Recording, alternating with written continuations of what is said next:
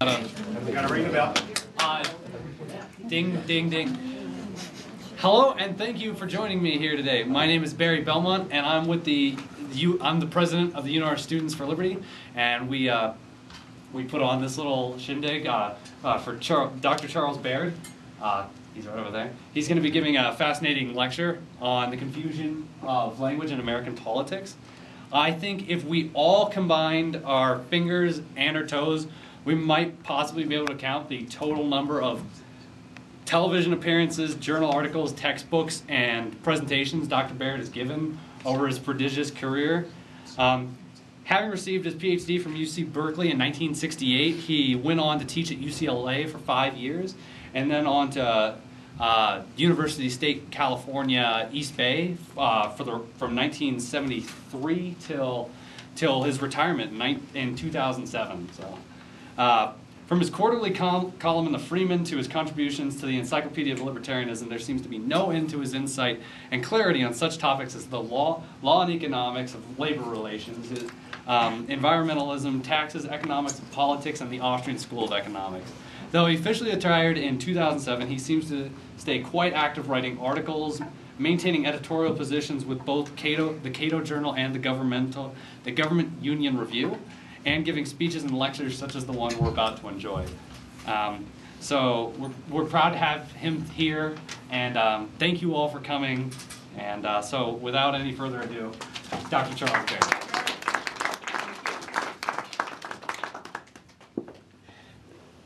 Well, as you see on the screen, my topic is confusion of language in American politics. This problem doesn't exist just in American politics, but that's where we are.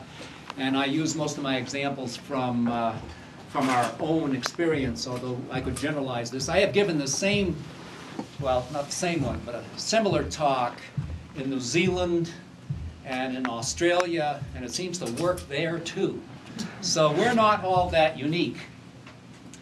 Now I want to start by giving an apology to one of my heroes, who's Friedrich August von Hayek, famous Austrian economist, born in 1899, died in 1992, a Nobel Prize winner in 1972 for his work on money in the trade cycle.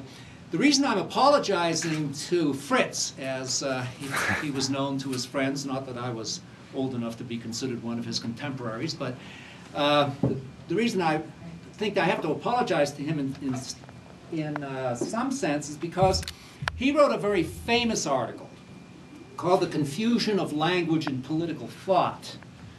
That's where I got the idea for the title, from Hayek's piece.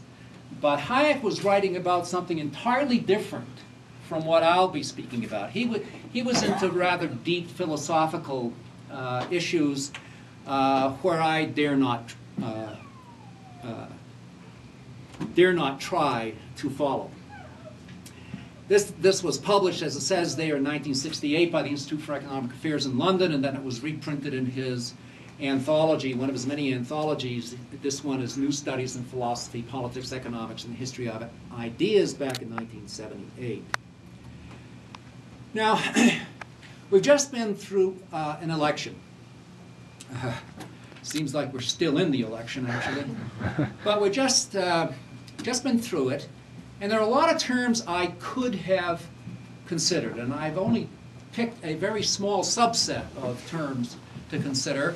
But I want to point out two terms that I'm definitely not going to consider in this talk. One is stimulus. That is one of the most abused words in the American English language, so far as I can tell, or certainly has been since January 20th of this year, a date not picked at random. Some people think that stimulus means printing up additional pictures of George Washington to get the economy going. That's what they seem to mean.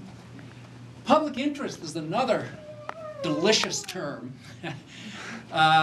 filled with all kinds of opportunities for satire, but I'll resist the temptation, except to note that public interest to most of the politicians I know of means paying off organized special interests in order to buy votes. That seems to be the clearest and most frequently used sense of public interest. But I do want to consider these two words, liberal and conservative. We have our two recent presidential candidates there. Barack Obama is generally considered to be liberal, whatever that means. And John McCain was generally considered to be, I suppose is generally considered to be conservative. But I think that both of these gentlemen really don't understand the two words, or at least don't understand the history of the use of those two words in the English language. So consider liberal first. There are two views of liberalism that I encounter wherever I go, whether it's in the United States or in any other country. One is what we like to call, I say we because I identify myself with this group, we like to call ourselves classical liberals, the true liberals. And I'll tell you what that means in a bit. But then there are these other kind of liberals, New Deal liberals. During the New Deal, I think it's fair to say that people who had a bigger appreciation for government than I do stole the word liberal. A more accurate description of what was going on in the New Deal and what appears to be going on now with the current administration, I think, is socialist, or at least collectivist. Looking at the root of the word liberal, it comes from the Latin liberalis, liber meaning free, and the alus being the suffix that identifies as he who regards freedom highly. That is the classical liberal view of the word liberal. It means freedom. It means absence of interference by third parties within the private realm of human action. That's the classical liberal view. The classical liberal view is generally that government makes things worse rather than better. In spite of the best intentions of politicians or other people, in spite of their brilliance, inevitably, for a very large list of reasons, government will make things worse rather than better. The New Deal liberal, on the other hand, at least in terms of economics, is in favor of what I will later call life arranging.